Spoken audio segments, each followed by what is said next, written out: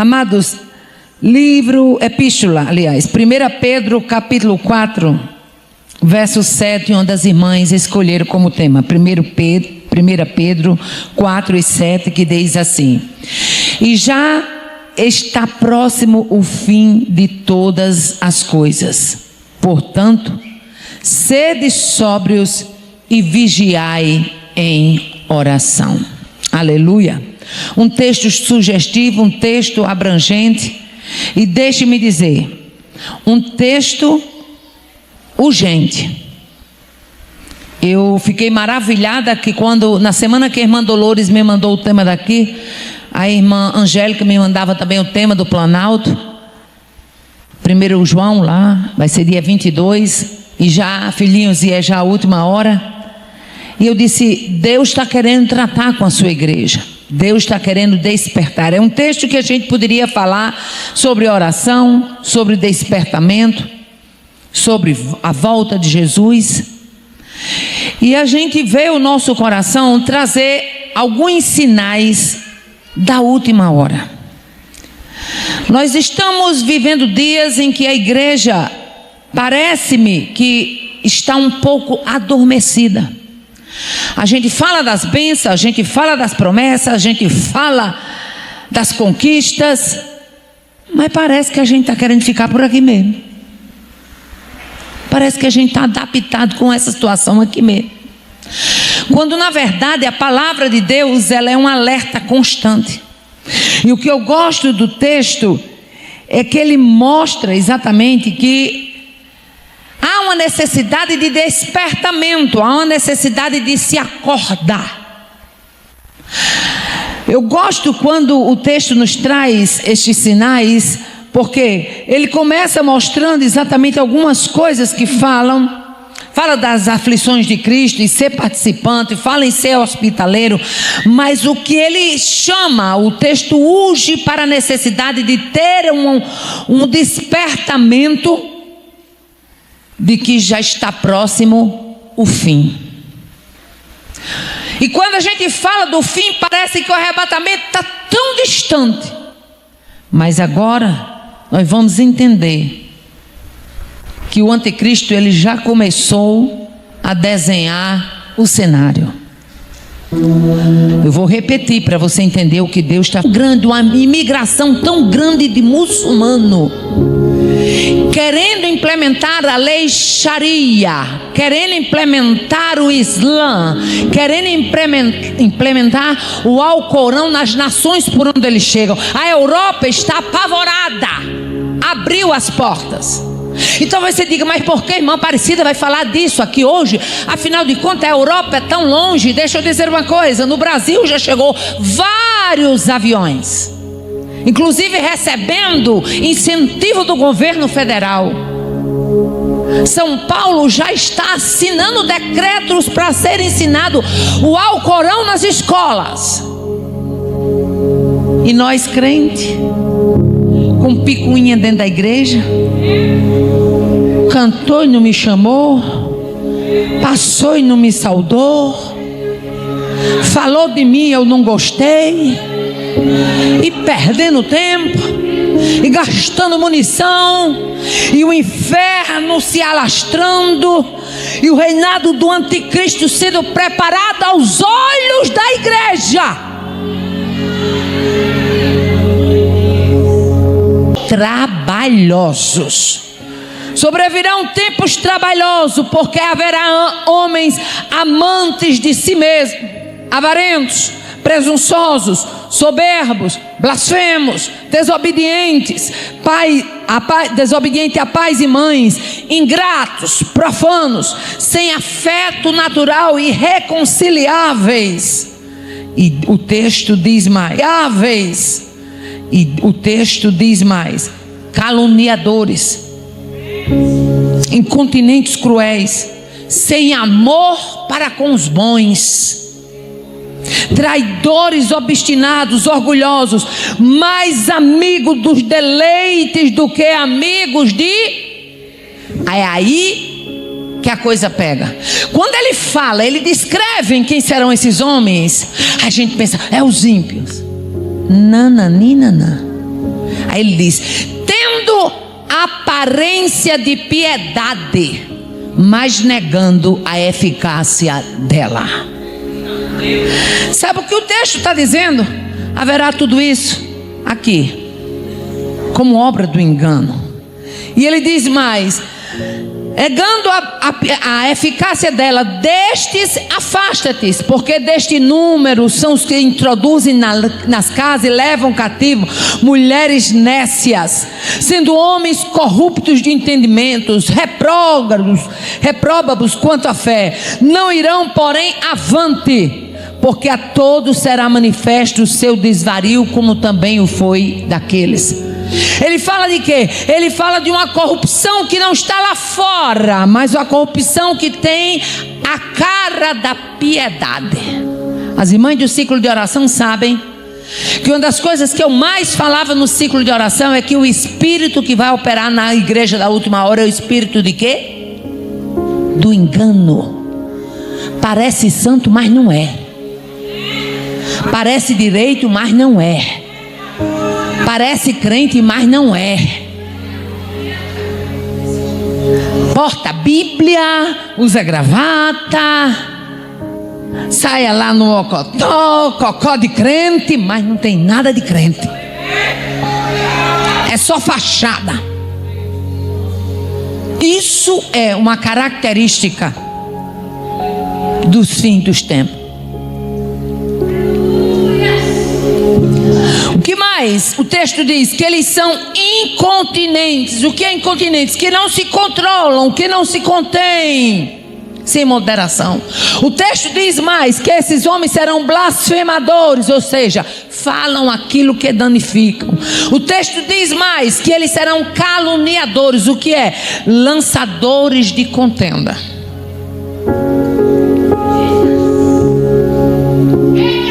Sinal de que Jesus está voltando. Qual mais outro sinal, irmã Aparecida? Já que o texto está dizendo que está próximo o fim, eu quero saber qual é outro sinal do fim. Oposição levantada por falsos mestres. Aleluia. 1 Timóteo 6, do versículo 3 a 5 diz assim: se alguém ensina outra doutrina e não se conforma com as sãs palavras do nosso Senhor Jesus Cristo e com a doutrina que é segundo a piedade, é soberbo e nada sabe, mas delira acerca de questões e contendas de palavras, das quais nascem invejas, porfias, blasfêmias, suspeitas, contendas de homens corruptos de entendimento e privados da verdade, cuidando que a piedade seja causa de ganho. Aparta-te dos tais. Nunca se viu tanta gente na internet dizendo: tem uma palavra de Deus para você. Ele não tem nem sequer testemunho de crente, mas está dando palavra de Deus na internet. Fachada, maquiagem. Mas o Espírito de Deus quer alertar o seu povo.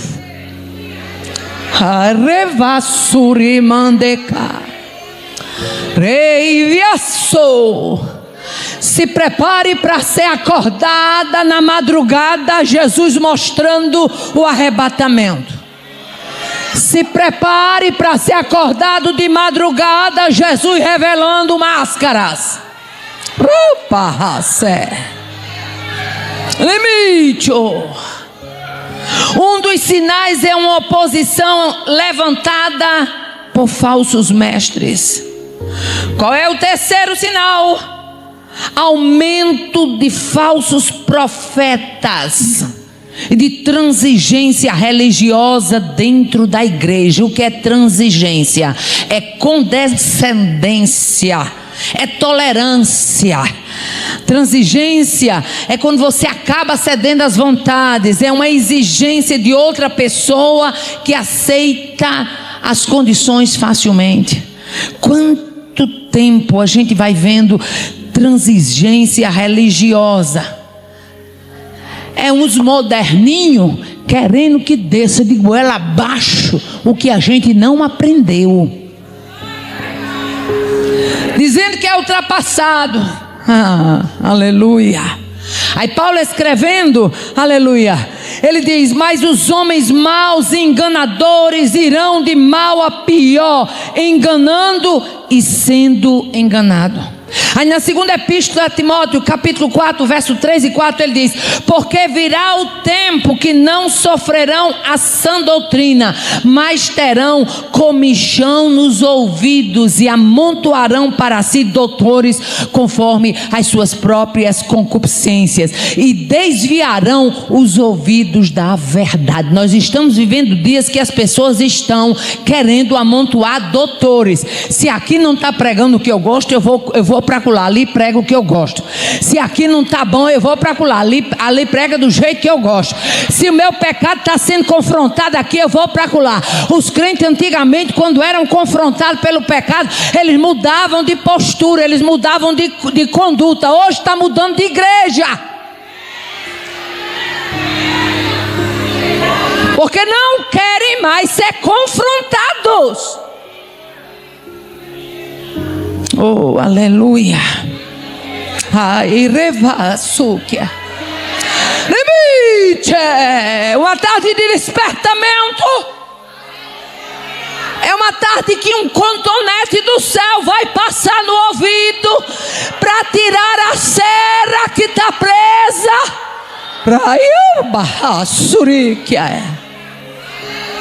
Para você ouvir o teu Deus falando de uma forma audível, clara, inequívoca, se mistura.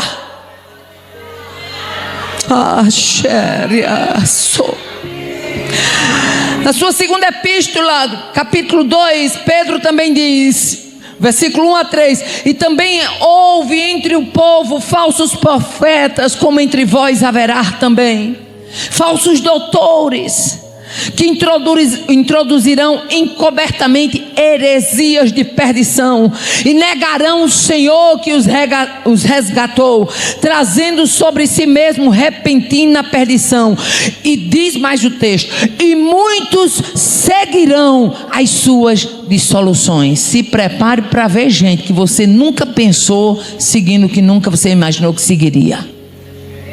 E quando isso acontecer, não é para você dizer: ai meu Deus, eu espelhava tanto irmão fulano, eu olhava tanto irmã fulana. É exatamente por isso que está acontecendo. Você tem que olhar para Jesus. O alvo é Jesus, o Salvador é Jesus. Aleluia. O texto é claro, diz: muitos seguirão as suas dissoluções, pelos quais será blasfemado o caminho da verdade, e por avareza farão de vós, ó, que texto profundo, por avareza. O que é avareza? Por amor ao dinheiro.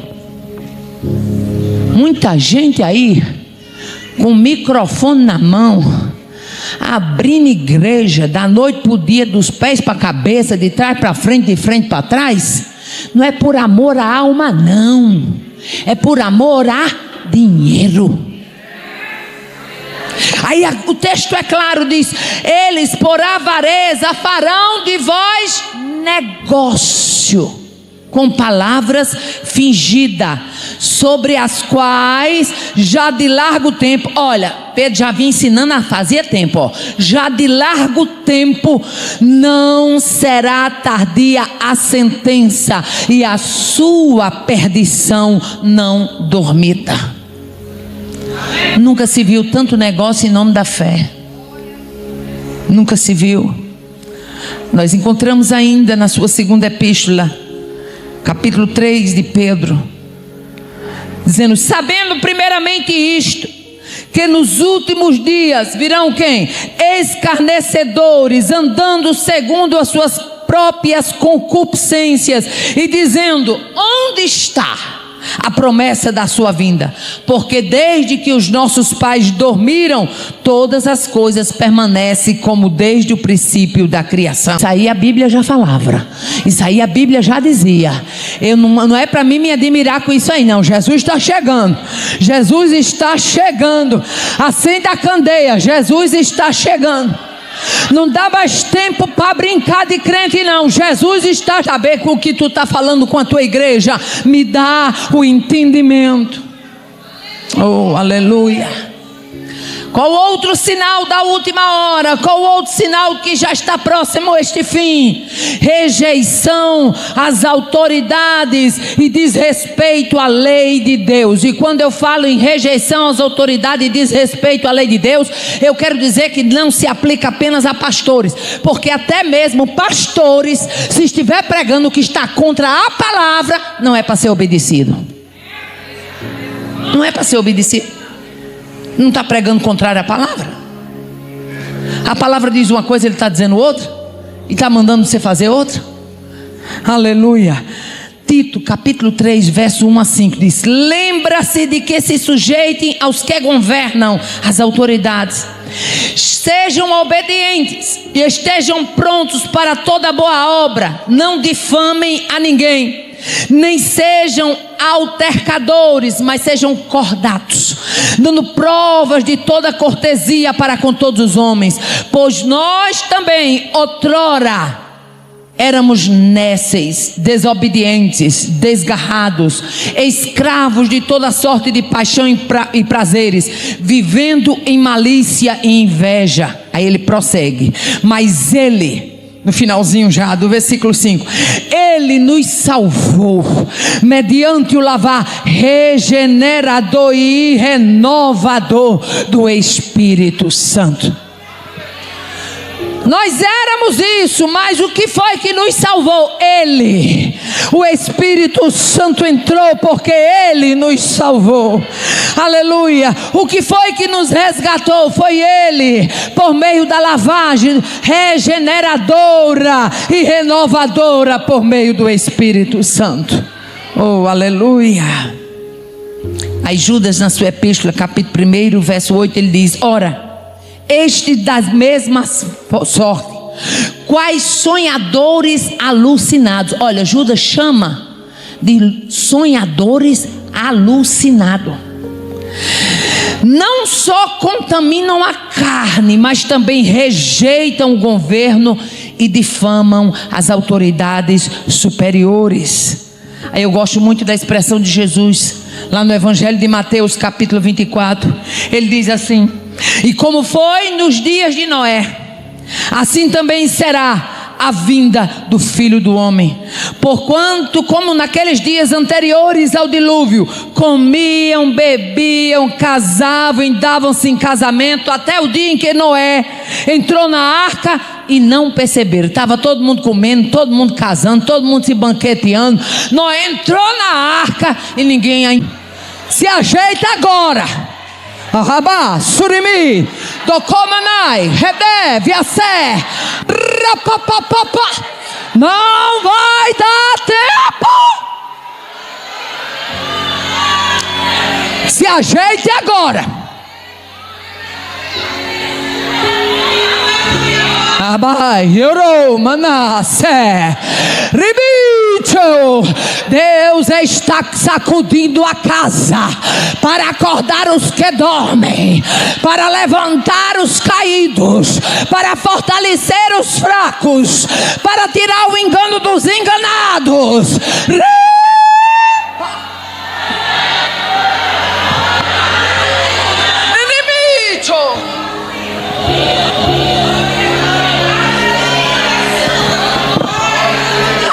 Criança muçulmana começa bem pequenininha, aprendendo o Alcorão e ensinada a ter ódio de judeu e de cristão.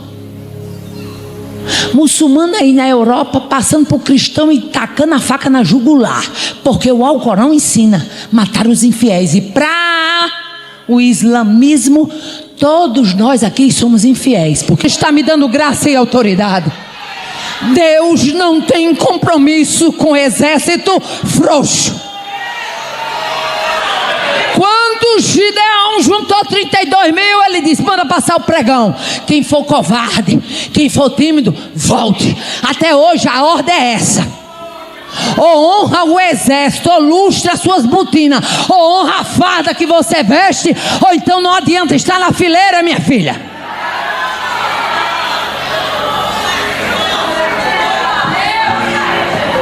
Está se levantando o cenário da perseguição contra a crente. Ah, se a minha igreja visse.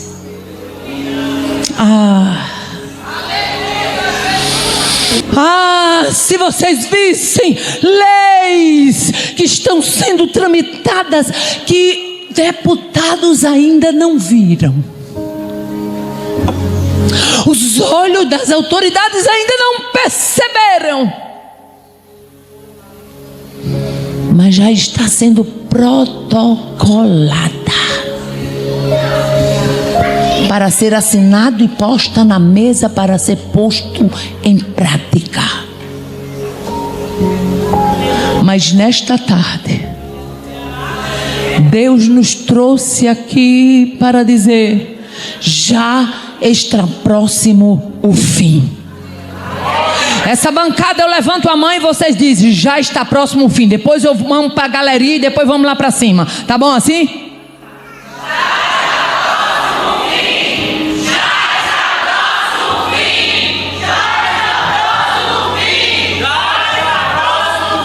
Todos de uma vez.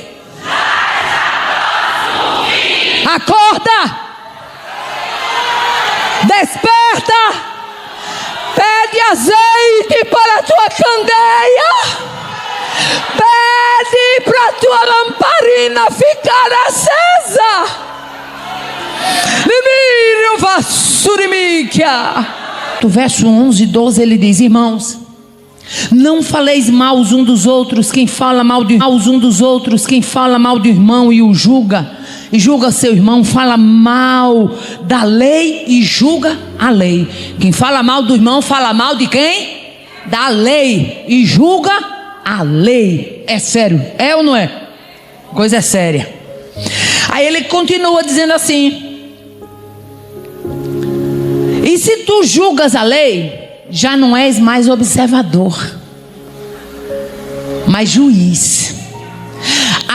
Há um só legislador e um juiz que pode salvar e destruir. Aí ele fecha com uma pergunta: tu, porém, quem és? Tu, porém, quem és que julga a outro? Ou pergunta que nos constrange, nos confronta. Tu, porém, quem és que julga o outro? Aí eu gosto da expressão do salmista no Salmo 101, verso 5: aquele que difama o seu próximo às escondidas, eu o destruirei. Aquele que tem olhar altivo e o coração soberbo, não o suportarei. Se a gente olhasse para esse texto, a gente estaria menos preocupado de quem fala mal da gente, sim ou não? Tem tanta gente preocupada. Ai, fulano está falando de mim. Ai, porque fulaninho disse. Minha irmã, o texto está dizendo que aquele que difama o seu próximo à escondida, eu o destruirei. Quem é que vai destruir? É Deus. Deixa ele falar que a destruição, quem vai tratar é Deus com ele. Oh, aleluia. Irmão Aparecido, o que é que eu faço enquanto isso? Enquanto isso, levante a cabeça, ande de cabeça erguida, porque o teu Deus, o meu Deus, Ele te conhece. Ele sabe quem é quem, na frente e nos bastidores. Oh, aleluia, glória a Deus. O que mais é sinal de que já está próximo o fim? Divisões sendo promovidas. Aleluia.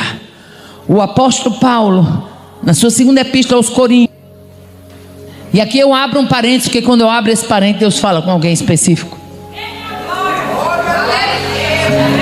Eu me lembro que no comecinho da minha fé, quando eu começava a ouvir esses versículos sendo pregado, aí eu dizia só comigo, cá com meus botões: meu Deus, eu tenho que prestar muita atenção, que rumo à Assembleia de Deus a minha igreja toma, porque a minha igreja deve rumar para o canto certo,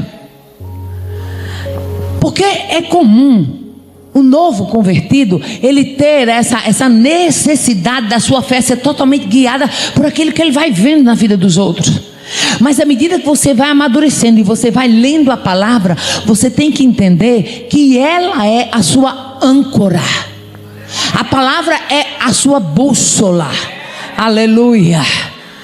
Mesmo dentro das igrejas surgirão falsos apóstolos. Mesmo dentro das igrejas surgirão obreiros fraudulentos. E a gente tem que ter maturidade de saber que o mundo não vai acabar por isso, não. É sinal de que Jesus está chegando. Aleluia. Qual outro sinal de que já está próximo ao fim, irmã Aparecida? Indução ao erro. Aleluia. Na sua epístola aos Efésios, capítulo 4, na palavra de Deus, vento de doutrina representa ensinos inconstantes. Vento de doutrina representa ensinos inconstantes. Eles não se sustentam quando são passados pelo crivo da palavra.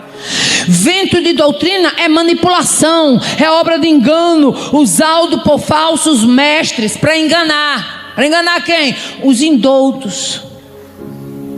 Quer ver uma coisa? Tem gente que só crê que a vitória vem se ele der, se ele fizer, se ele mandar, se ele agir. Tem gente aí que só crê, pastor, que só vem uma vitória se ele fizer uma peregrinação e for fazer uma oração de frente para o mar. Outros estão procurando, acham que só Deus só vai ouvir se ele for orar lá no monte.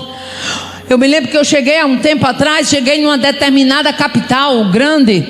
Eu estava hospedada nessa capital, na casa do meu irmão, tinha ido atender uma agenda e resolvi ir ao culto de uma igreja grande. E pasmem, uma assembleia. E quando cheguei lá, parecia que eu estava noutra denominação. Porque quando eu fui chegando, o obreiro me saudou e disse: está aqui, minha irmã, a chave da sua vitória. Quando eu olhei, tá o tamanho da chave que ele botou na minha mão. Eu nunca tinha visto aquilo, nós não temos esse costume. É assim ou não é? Aí eu disse: meu Jesus. Eu disse: não, meu irmão, não é a chave da sua vitória. Aí eu disse: rapaz, eu vou guardar isso aqui dentro da minha bolsa, porque quando eu chegar no apartamento que eu for contar para Nonato, meu irmão, ele não vai acreditar. E eu tenho que estar com essa chave para mostrar. Abri a bolsa, botei a chave e fui para o culto. E quando chegou lá, pega a oração de 300, pega a oração de 600, de 900, sei quantos. E eu olhando aquela arrumação, e tome caixa, e era uma coisa, eram umas caixas para lá, umas caixas chegando, contei ele disse, foi até ele, que é de lá, ele quase não, foi aqui, eu digo, foi aqui. Aí eu contei como é que tinha sido o transcorrer do culto, eu falei: meu irmão, pelo amor de Deus, zero Bíblia, muita arrumação, muita obra para arranjar dinheiro, para isso, para aquilo. Bíblia, zero. Mas Paulo, ele já alertava a igreja de Éfeso, dizendo: olha, tenha cuidado com os ventos de doutrina. Aleluia. Eu me lembro de um evento que eu estava, e lá era um congresso de mulheres. Foi a primeira vez que eu fui para lá. E eu tenho um grave defeito, me perdoe, mas a Bíblia diz que quem confessa e deixa alcança misericórdia. Só que esse eu confesso, mas não deixo. Então tá difícil, né, irmão? Se eu disser a você não, respeite o meu não. Respeite o meu não. Quer ver eu ficar azogada? É quando eu digo que eu não quero e a pessoa fica ali insistindo. Tem gente que gosta de manipular, fazer você fazer a vontade dele. Eu não. Se eu disser não, você insistiu, não. Você diz não. Na terceira vez eu já olho para você, já disse que não é não. Eu tenho esse grave defeito. Estou eu lá no congresso, a gente não tem esse costume aqui, irmã Mara, a gente não tem esse costume. Quando de repente a mulher do obreiro pegou e disse: vamos falar parecida, vamos marchar. Eu digo: marche você. Deixa no meu canto. Ou a gente aprende a saber o que a gente aprendeu, ou a gente se perde, meu irmão. Ou a gente se perde, meu irmão. Ou a gente se perde. Você acha que todos esses anos Deus falando com você, você orando a Deus, a sua vitória só vem se você rodear. Para de meninice. Coloca os pés na preparação do evangelho da paz.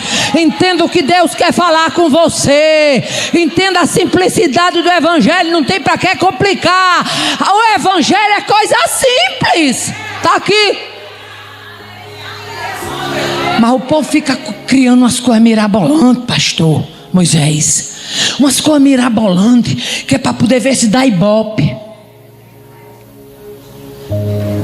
Manipulação da fé, obra do engano, indução ao erro, proliferação de heresia. E o que mais? Um sinal do fim. Mão parecida. A senhora só trouxe a gente aqui hoje para ouvir o fim. Eu não, mandou Loures. Aumento de guerra, de fome e terremoto. No Evangelho de Lucas, capítulo 21, do versículo 8 a 11, diz assim: então disse ele: vede que não vos engane, porque virão muitos em meu nome, dizendo: sou eu, e o tempo está. E ele diz mais: levantar-se-á nação contra nação, reino contra reino. Haverá em vários lugares terremotos, fomes, pestilências, e haverá também coisas espantosas e sinais no céu. Sabe o que era isso aqui? Jesus, no sermão profético do princípio das dores.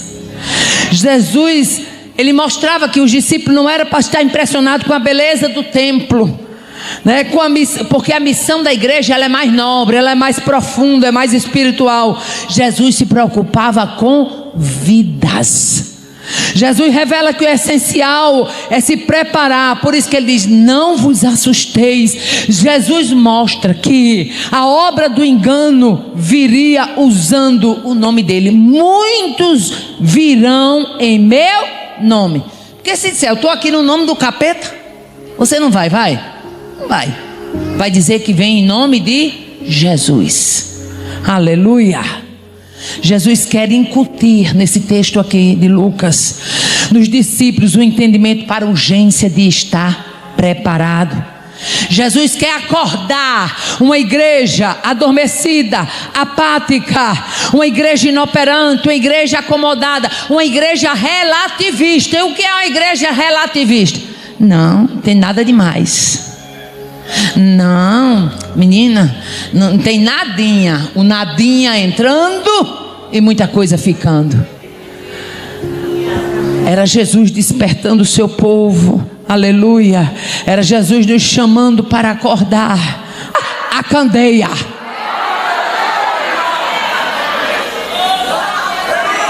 O fim está próximo, acenda a candeia. O fim está próximo, acenda a candeia.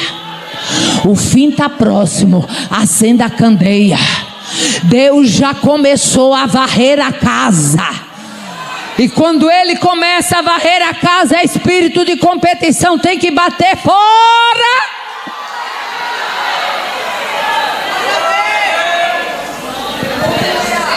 E quando Ele começa a varrer a casa, hipocrisia tem que arrumar a mala. E quando Ele começa a varrer a casa, perseguição vai desarmar a barraca. Fora daqui! Eu vejo pelos olhos da fé, o Senhor está palmilhando os quatro cantos dessa igreja, e quem for vivo verá. Deus vai promover um sacode para acordar quem está dormindo. Vai ter crente sendo sacudido, mas eu vou dar glória. Vai ter crente sendo sacudido, mas é para ir para o céu. Vai ter crente sendo sacudido, mas é para não dormir o sono da negligência. Vai ter crente sendo de pé. Morenita, venha cantar com as irmãs o seu primeiro hino. Porque Deus é mistério, dentro de mistério. Hoje na minha casa, ouvindo esse hino, eu senti tanta presença de Deus. Oh, aleluia. Talvez você chegou aqui esperando uma resposta sobre um apartamento, sobre uma casa, sobre uma porta de emprego. O círculo de oração está terminando e uma Aparecida não distribuiu nada disso. Não distribuiu porque não tenho. Porque eu tenho é isso aqui. Se vir, pegue. Eu ando com isso aqui. Se vir, pegue. Há 36 anos que eu ando ministrando isso aqui. Eu não ando com chave de casa nem chave de apartamento. Se Deus me usar uma palavra revelada, é pura misericórdia dele. Mas eu sei que esta palavra aqui, ela é fiel. Ela não é palavra de qualquer homem nem de qualquer mulher. É a palavra que saiu da boca de Deus para o seu povo. Oh, glória! Aleluia! Podem cantar, minha filha. Aleluia! Aleluia! Oi. Quero agradecer a minhas cunhadas, a Ilha e a Zenate, a nossa irmã Dolores, a minha sogra, a irmã Badete. Quero louvar a Deus pela vida da nossa irmã Thelma. E antes de entrarmos na mensagem, nós gostaríamos de dar um breve aviso. Muitas irmãs que já nos acompanham pelas redes sociais ficaram perguntando: irmã Aparecida, vai trazer livro? Vai trazer livro? Eu até estava falando com meu esposo esses dias que as viagens se tornam ainda mais cansativas porque livro pesa. Mas o povo pede para a gente trazer, a gente tem que trazer, né? Então, para os irmãos que interessar, nós temos, para quem não sabe, eu sou escritora, não porque quis ser, mas porque Deus me quis tornar.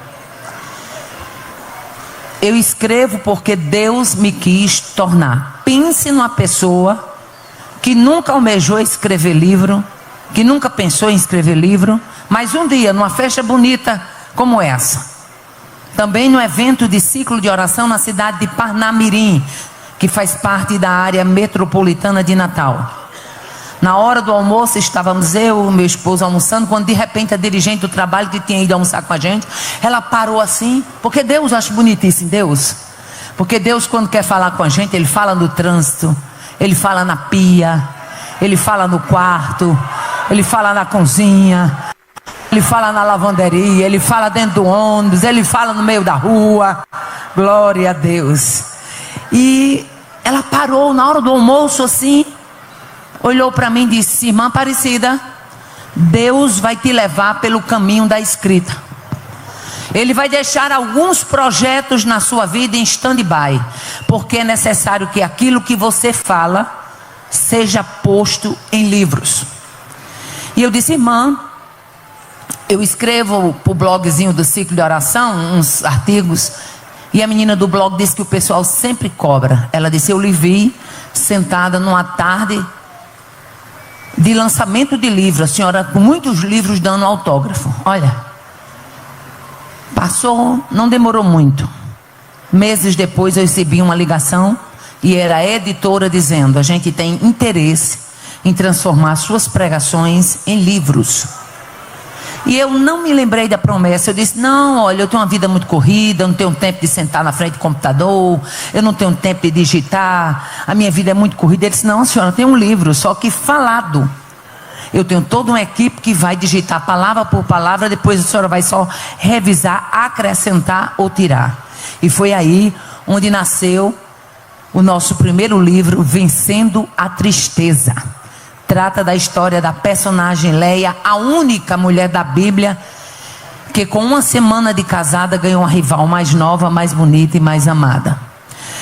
E aí Deus foi nos dando gosto e nós lançamos o nosso segundo livro. Esse livro ele já está na 7ª edição, é Intercessão, um clamor necessário. Esse livro ele foi o tema da minha monografia de bacharelado. Eu fui a única da turma, que vocês sabem que o nosso trabalho de final de curso, a gente escolhe o tema. E eu fui a única que abracei o tema de oração. Intercessão, um clamor necessário. Um verdadeiro estudo sobre a oração. Muitas pessoas me mandam um recadinho no direct do Instagram, às vezes me marcam no YouTube dizendo: aquele livro da senhora mudou a minha vida de oração. E quando eu escrevo sobre oração, eu não escrevo do que eu ouvi alguém dizer. Eu não escrevo baseada na experiência de outra. Não, eu escrevo naquilo que eu vivi. Para os irmãos terem ideia, eu apenas 2 anos que eu entreguei a coordenação geral do ciclo de oração em Mossoró. Eu coordenava 205 círculos de oração. 205 círculos de oração. E eu não sei como funciona aqui no Paraná, mas lá, nosso pastor nos dava autonomia. A gente é quem botava, é quem tirava, é quem mudava. Totalmente uma liberdade grande para trabalhar. Então eu cresci, passei quase 23 anos, entreguei há 2 anos atrás, porque a minha agenda já não comporta mais conciliar tanta coisa. Então esse foi o nosso segundo livro. E esse aqui, ele não está nem com 1 ano de lançado, tá, gente? É Desafios do Chamado. Eu vi as mulheres dizendo aqui que são chamadas, né? Desafio do chamado. Aqui nós tratamos do chamado de Abraão, o chamado de Moisés, o chamado de Samuel, e o 4º capítulo é o meu chamado. Muita gente pergunta: irmã Aparecida, como tudo aconteceu? 36 anos no Brasil e no exterior, levando a palavra de Deus, e aqui eu conto um pouquinho. Esse livro é bom porque ele tira o deslumbramento, porque tem gente, pastor Ival, que acha que só chamado é só glamour. É só esse momento aqui, o momento de pegar o microfone e de pregar. Gente, o que está por trás é tanta coisa que você não tem noção. O preço é tão alto que você não tem noção. Então, Desafios do Chamado, ele é um alerta, ele é uma vitamina, e ele também é um choque de realidade para aquele, para aquela que sente chamado pelo Senhor. Se você interessar, logo após o culto, vai estar ali perto daqueles letreiros, meu esposo vai estar lá a postos para atender os irmãos, tá bom? E temos também um livro que nos acompanha, que é o livro O Psiquiatra Responde. É um livro do médico, amigo nosso, servo de Deus lá da nossa cidade, que esse livro também nos acompanha. Amém, irmãos? Livro de Ruth, capítulo 3, vocês escolheram como tema o versículo de número 11. Ruth 3:11, que diz assim: agora, pois, minha filha, não temas. Tudo quanto disseres te farei, pois toda a cidade do meu povo sabe que és mulher virtuosa. Aleluia. Quantos podem dar glória a Deus? Palavras de Boaz para Ruth, já depois dela ter chegado em Belém. Vocês escolheram como tema: mulher, não temas. Mas na verdade, por que é que a Bíblia é um livro dos mais encorajadores? Por que que a Bíblia ela é tão enfática em falar para o povo não temer? Por que que a Bíblia tem mais de 360 não temas? Um para cada dia do ano. Por que que Deus teve a preocupação de deixar na sua palavra que era para não temermos? O que Deus queria nos ensinar com isso? Porque o medo, acima de tudo, o medo é paralisador. O medo, ele boicota os avanços. O medo é um estado psíquico de inquietação, de angústia, de insegurança, gerado pela consciência de um perigo que pode ser real ou imaginário.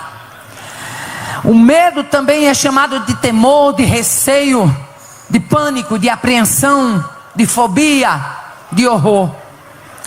A Bíblia nos mostra alguns tipos de homens e de mulheres que temeram.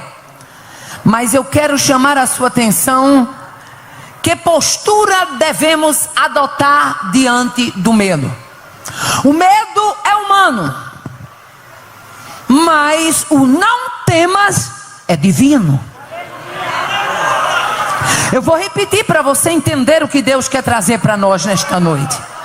O medo é humano, mas o não temas é divino. E por ser divino é imperativo. E por ser divino é superior. E por ser divino é libertador. Oh, aleluia. E por ser divino ele transcende as circunstâncias. Oh, aleluia. Eu gosto muito de uma expressão bíblica no livro de 2 Crônicas, capítulo 20, versículo 2 e 3. eu vejo nestes versículos qual deve ser a postura de todo crente diante do temor. Nos diz o texto: então vieram alguns e deram aviso a Josafá, dizendo: vem contra ti uma grande multidão. Quem é que estava vindo? Uma grande multidão. Quem é que estava vindo? Uma grande multidão. E o portador da notícia ainda disse mais para Josafá: eles vêm além do mar e da Síria, e eis que já estão em Hazazon Tamar, que é em Gedi. Aí a Bíblia nos diz: então Josafá temeu. Mas logo em seguida também diz a postura que ele tomou: temeu, mas pôs-se a buscar o Senhor e apregoou um jejum em todo o Judá. Oh, aleluia! Aqui está a receita perfeita. Como se vence o medo? Buscando ao Senhor. Como se vence o medo? Na oração. Como se vence o medo? No jejum. Como se vence o medo? Na intimidade. Oh, aleluia! Eu desconheço crente de oração ser crente frouxo. Não tem. Se tiver a ver de frouxo, pode ter certeza que é porque está faltando postura de oração. Que não tem como essa matemática dar errado. Por quê? Porque quem ora é ousado. Eu estou falando de ousadia. Quem não ora é atrevido, mas quem ora é ousado. Aleluia. Não tem como dar errado. A Bíblia é um livro de encorajamento. A Bíblia é um livro de um Deus poderoso dizendo para os seus filhos: eu não quero você com medo não. Arrocha o cinto porque eu tenho coisa grande. Eu não quero você caindo das pernas não. Fique de pé porque eu quero que você corresponda ao chamado que eu tenho para a sua vida.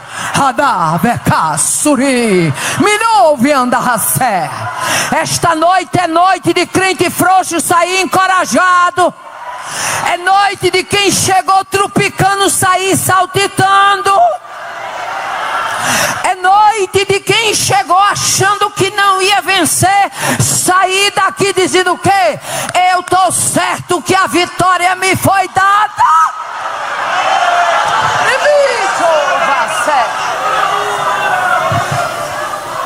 Eu estava vendo aqui a apresentação dos nossos candidatos, dos nossos políticos e autoridades, e quando as irmãs levantaram para cantar, eu disse: meu Deus, se essas mulheres entendessem que para acontecer aqui, primeiro tem que acontecer aqui.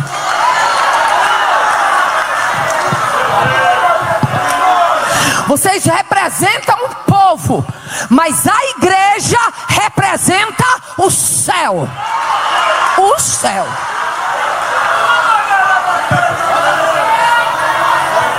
Já imaginou o que é você dar o seu voto consciente e você orar para quem está lá ser usado em favor da nossa nação? Nós vamos precisar falar mais sobre isso. O Brasil está sendo invadido, como as demais nações da Europa, está sendo invadido por uma onda do islamismo. Daqui a pouco tem alguém querendo implementar a Sharia.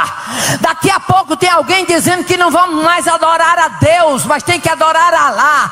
E se a gente não acordar como igreja agora, a gente vai estar dormindo. E Deus nesta noite me encoraja a dizer: acorde. Bata em quem está do seu lado aí e faça o que eu estou fazendo na autoridade do nome de Jesus. Acorde, acorde, acorde, acorde, acorde, acorde, acorde, acorde, acorde, acorde, acorde, acorde. Não dá para dormir, acorde, acorde, acorde, acorde.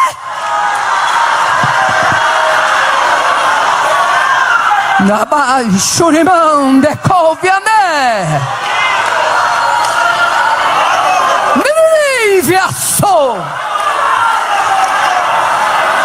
Deus vai permitir na vida da igreja, e quem for vivo verá, uma sacudida. Vai ser uma sacudida como quem balança a figueira. Vai ter muito fruto caindo, Raba do comando Covacé, mas vai ter durante o solabanco desta figueira muitos brotos sendo levantados dentro da nação brasileira, com coragem e graça e ousadia, para dizer: aqui não, Satanás, o território nós palmilhamos ele. A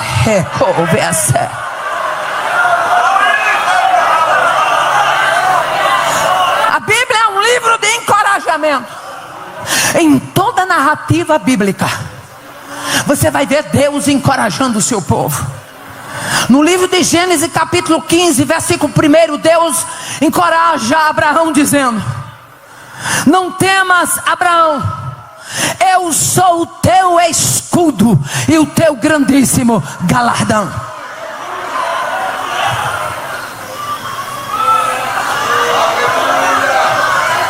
Deus disse para Abraão que era o que dele?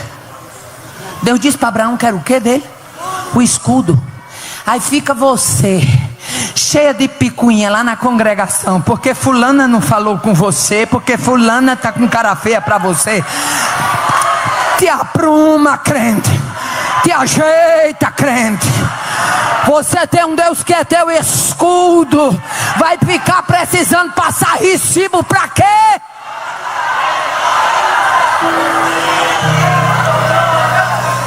Nós encontramos Moisés encorajando o povo diante do Mar Vermelho.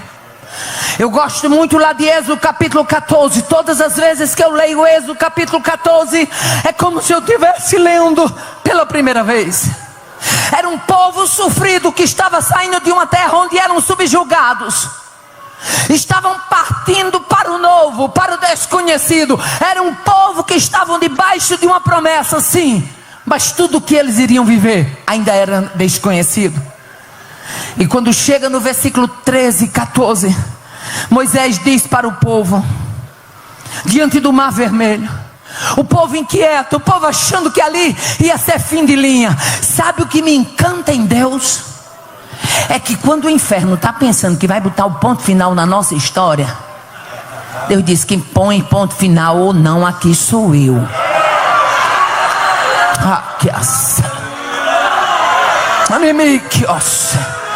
Quantas vezes o inferno já quis botar o ponto final e dizer: parou, acabou aqui. E Deus disse: não, aleluia, aguarde, porque eu vou chegar com o livramento. Aguarde, porque eu vou chegar com a resposta. Aguarde, porque eu vou chegar com a saída. Quando Moisés vê o povo desesperado, Moisés diz: não tem mais. Estai quieto e vede o livramento que o Senhor vos fará, porque aos egípcios que hoje vocês vistem, nunca mais o vereis para sempre. O Senhor pelejará por vós e vos calareis. Deixa eu traduzir isso para o meu nordestinês.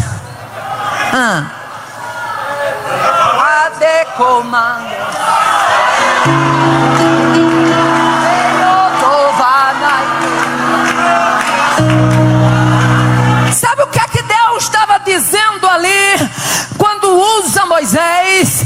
Não se aveste não.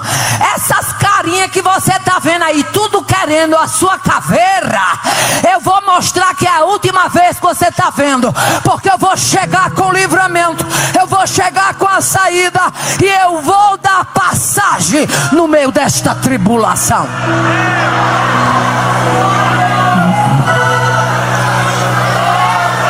Deus já pelejou por você para você se calar já?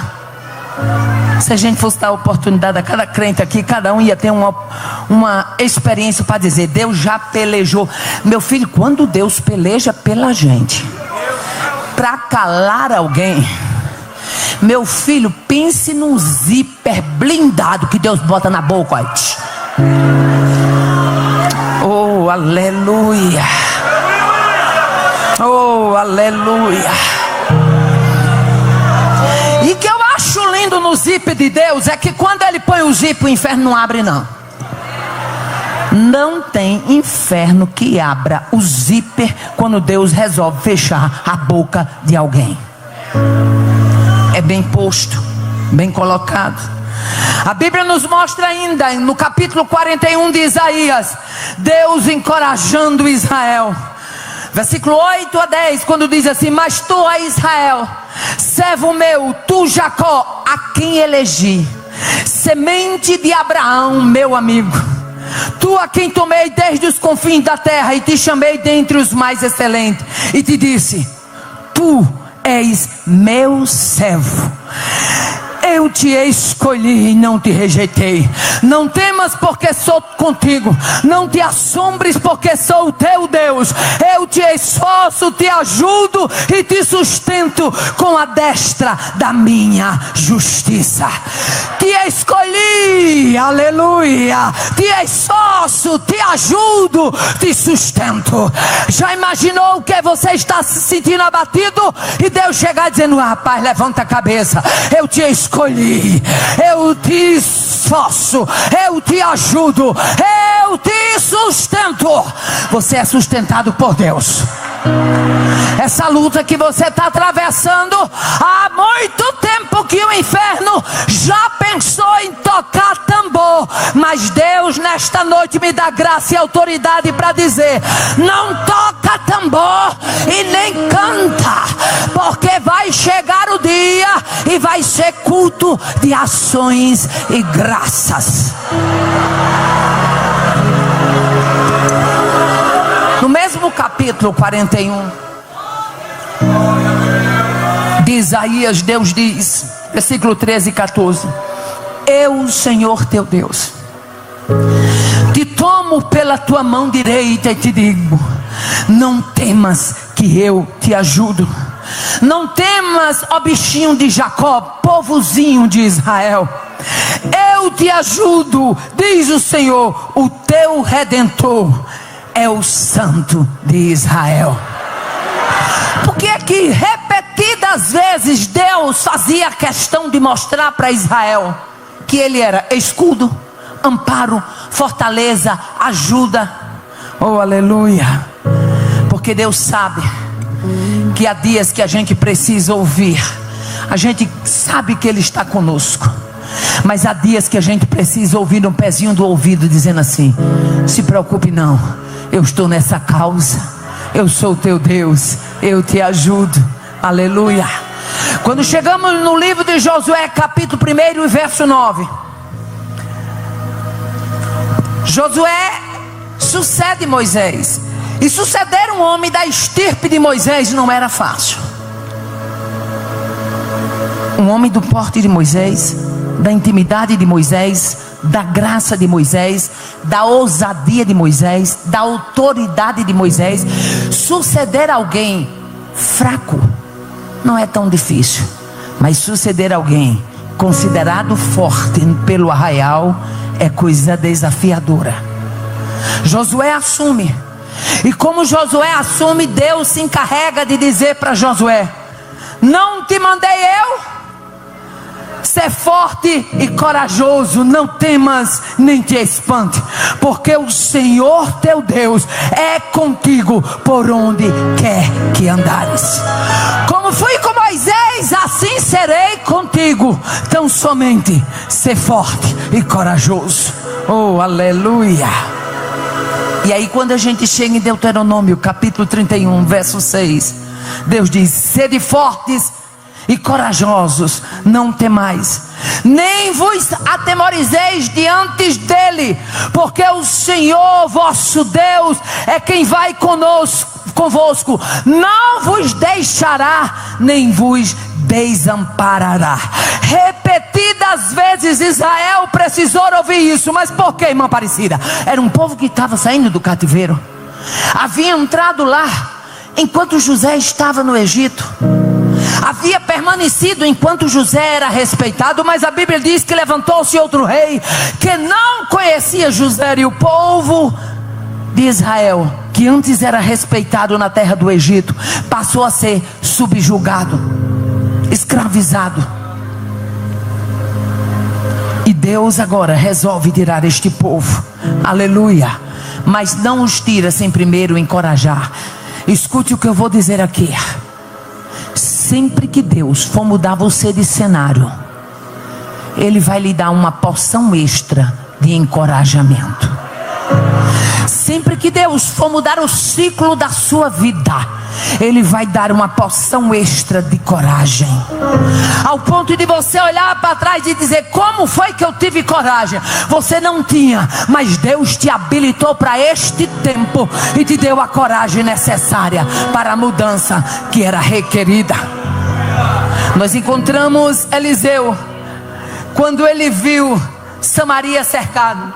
No livro de 2 Reis, capítulo 6, diz que Eliseu, quando viu o seu moço apavorado, aleluia, respondeu para o moço: não temas, porque mais são os que estão conosco do que os que estão com eles. O moço de Eliseu, assustado: meu senhor, está rodeada a cidade da cavalaria do inimigo. Eliseu disse: Senhor, eu te peço que abra os olhos do moço para que ele veja. E a Bíblia diz: e ele viu. Aleluia. E ele viu. E ele viu o quê? E ele viu que o monte estava cheio de cavalos e carros de fogo em redor de Eliseu. Ah, se a terra soubesse quem é que anda ao nosso redor, se a terra soubesse quem é que anda conversando no nosso ouvido, se a terra soubesse quem é que nos leva e quem é que nos traz, a terra aprenderia a respeitar a igreja. Que a sé, há um forte conosco, há um soberano, há um poderoso. Que a sé, libi que a sé. Eu tenho pena do reino dos homens. Eu vou repetir porque Deus está me dando graça e autoridade para isso. Eu tenho pena do reino dos homens. Nabucodonosor resolve levantar a estátua no campo de Dura. Toda a programação preparada. Ele seria honrado, tocaria a gaita, o pífaro, o saltério, a harpa, e todo mundo se dobraria. Mas tinha 3 crentes de ciclo de oração lá dentro. Você vai entender onde Deus quer nos levar. Tinha 3 crentes de vida de oração lá dentro. Tinha 3 crentes que oravam de madrugada lá dentro. Tinha 3 crentes que se quebrantavam na presença de Deus lá dentro.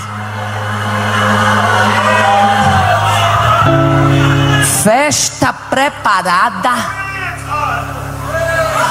autoridades presentes. Nabucodonosor doido para se amostrar.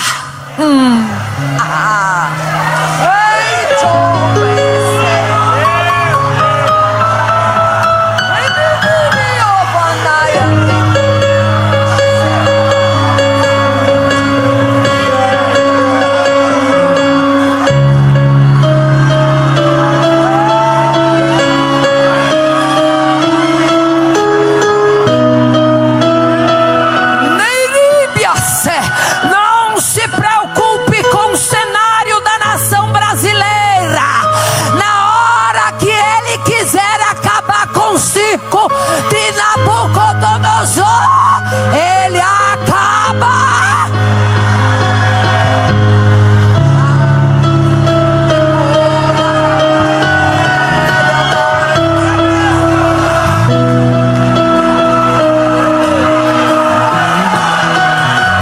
Deus tem ponto final para botar onde Ele quiser, na hora que Ele quiser. Eu vou repetir porque Deus está me dando graça e autoridade. Deus tem ponto final para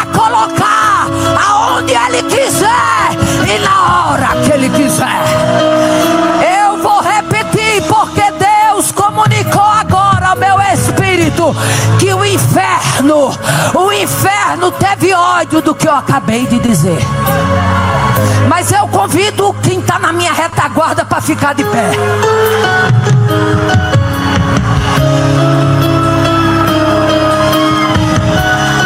Mexeu no inferno, não foi, Satanás?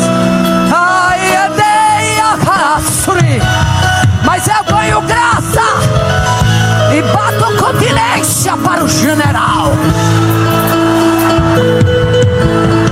Revestida na retaguarda, revestida na frente, revestida nas laterais e com o aval da glória.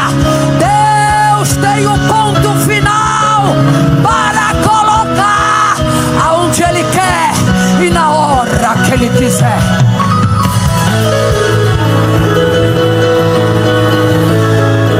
Pode sentar.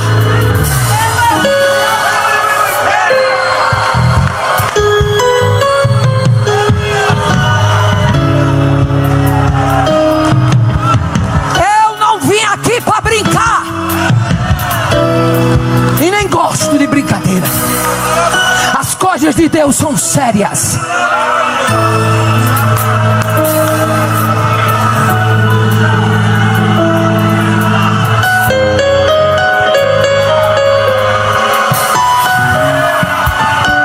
Deus quer fortalecer o seu povo, porque é necessário para esta hora. Deixa eu abrir aqui um parênteses, porque quando eu abro esse parênteses, Deus fala com alguém específico. As irmãs do ciclo de oração lá em Mossoró sabem o que eu vou contar aqui. E hoje à tarde eu recebi ordem de Deus de contar também aqui, porque contei lá. Há 3 anos atrás, 2023, o Senhor me dava uma revelação pela madrugada. E naquela revelação eu me via em cima de um grande monte. Era um monte, mas era numa praia. Vocês sabem que na praia tem morro, mas naquela praia eu estava em cima de um monte. Quando eu olhava para o mar normal, calmo, que eu olhava para a praia, muito crente, eu via muito crente, era muito crente, era tudo crente. E eu olhava, eu conhecia algumas irmãs do ciclo de oração, e eu em cima daquele morro, quando uma voz dizia para mim: olhe para o mar e avise a igreja. Quando eu olhava para aquele mar, lá vinha uma onda. Só que ela não era uma onda normal, ela era uma onda feita um rolo compressor. Era uma onda enorme. E à medida que ela ia vindo, ela ia engrossando. E à medida que ela ia engrossando, ela ia perdendo a cor de água. Ela ia ganhando cor negra. Era uma onda em forma de cor negra. E lá vinha aquela onda e eu começava a gritar de cima do monte. Eu dizia: olhem para o mar, saiam da praia, olhem para o mar. E eu gritava, irmãos, eu acordei com a dor no pescoço, parecia que eu tinha gritado de verdade. E eu gritava muito: olhem para o mar e saiam, está vindo aí uma grande onda e vai matar muita gente. Quando eu dizia isso, o povo continuava inerte, parecia que não estava sendo avisado. Quando aquela onda vinha chegando, eu permanecia gritando: olhem para o mar, saiam daí. E eu gritando de cima daquele monte. Aí na mesma hora, quando eu via ela já se aproximando, eu temia. Eu dizia: essa onda, ela é tão alta que ela vai chegar aqui onde eu estou. Quando eu temia, aquela voz dizia: você não está em morro, você está no monte. Que eu olhava, eu via que era um monte rochoso. Era pedra, muita pedra, uma pedra muito forte. Quando de repente aquela onda chegava, quando ela chegava na praia, ela já não era mais um rolo compressor, ela se transformava numa grande língua. E aquela língua, ela lambia quem estava na praia e levava tudo. Eu contei isso dentro do ciclo de oração, e estou contando hoje aqui, para que vocês entendam. Essa onda ainda não chegou, mas vai chegar. E a gente precisa orar de madrugada, não é opcional, é necessidade. Não se ora de madrugada para ostentar o título de mais crente nem mais santa. Se ora de madrugada para dizer: eu dependo mais, eu necessito mais, eu careço mais da tua ajuda, Deus. A Bíblia é um livro de encorajamento. Nós encontramos Deus encorajando Ezequiel. No capítulo 2, Deus chega para Ezequiel, versículos 6 e 7 diz: e tu, ó filho do homem, não os temas, nem tema as suas palavras, ainda que sejam sarças e espinhos para contigo, e ainda que tu habite entre escorpiões, não temas, nem te assustes com o rosto deles, porque são casa rebelde. Mas tu lhes dirás as minhas palavras, que ouçam, que deixem de ouvir. Era Deus encorajando o profeta Ezequiel. A situação seria desafiadora para o profeta apontar o pecado e denunciar uma nação corrompida. Mas Deus disse: eu não te chamei para temer, você vai levar as minhas palavras. Oh, aleluia. Que ouça, que deixe de ouvir, você vai levar as minhas palavras. Aleluia. Nós encontramos muito encorajamento no Novo Testamento. A hora não nos permite ir além. Eu quero somente chamar esta referência. Atos capítulo 18, quando Jesus encorajou a Paulo em Corinto, no versículo 9 e 10, Jesus disse a Paulo em visão: não temas, mas fale e não te cales, porque eu sou contigo, e ninguém lançará a mão de ti para te fazer mal, pois tenho muito povo nesta cidade. Era Deus dizendo: nessa cidade aqui ainda tem o que você fazer, viu? Acenda a tua candeia, Paulo, coloca minhas palavras na tua boca, mas fale e não te cale, porque ainda tenho muita gente para ser alcançado, e o instrumento vai ser você. Oh, aleluia. A Bíblia é um livro de encorajamento, e por ser um livro de encorajamento, é inconcebível, é inaceitável um crente medroso. Temer, todo mundo teme. Josafá temeu. Mas qual é a sua postura quando o medo chega? A gente não pode esquecer uma coisa: o inferno, ele trabalha com uma ferramenta bem articulada, chamada pressão psicológica. E se você ceder a ela, você morre aí. Mas se você se fortalece em Deus, você triunfa justamente aí. Você está entendendo o que Deus está falando aqui? Vamos lá para o vale de Elá. Davi, com alfoge, uma funda e 5 pedrinhas do ribeiro. Os filisteus, certinho que a batalha estava ganha. Afinal de contas, o gigante estava do lado de lá. E tem gente que se engana, né, pastor? Acha que do lado que está o gigante é o lado que está a vitória. Tu é besta. A minha Bíblia diz que o meu Senhor, Ele fica do lado que parece minoria. Ele fica do lado que parece fraco.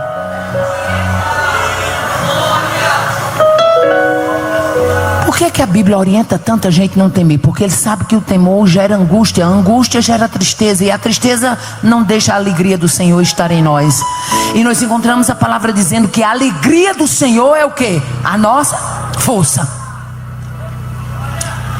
Não tem como você não se sentir forte se a alegria do Senhor estiver na sua vida. Quando chega no vale do Elá, olha a estratégia de Golias. Ele não era apenas gigante, Ele não tinha apenas um grande escudo, um grande escudeiro, uma grande lança, uma grande couraça. Ele tinha mais do que isso. Ele tinha safadeza suficiente para querer amedrontar um menino. Eu vou repetir para você entender o que Deus está falando. Ele tinha safadeza suficiente, porque só o tamanho dele, só a estampa dele já dava para amedrontar. Mas ele acha pouco. Quando olha Davi, a Bíblia diz que ele o desprezou. Se preocupe não, Deus sabe trabalhar no cenário dos desprezados.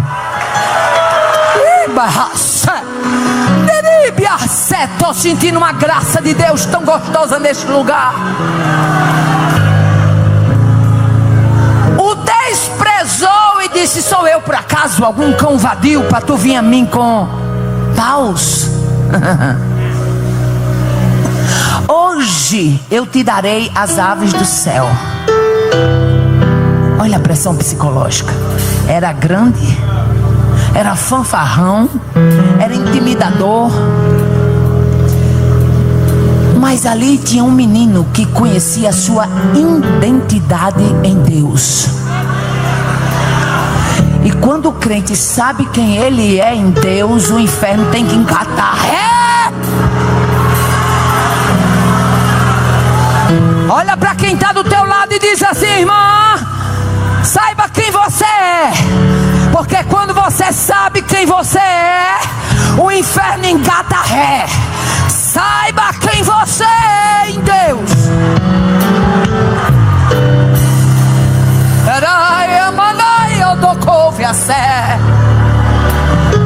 Tem graça de Deus neste recinto.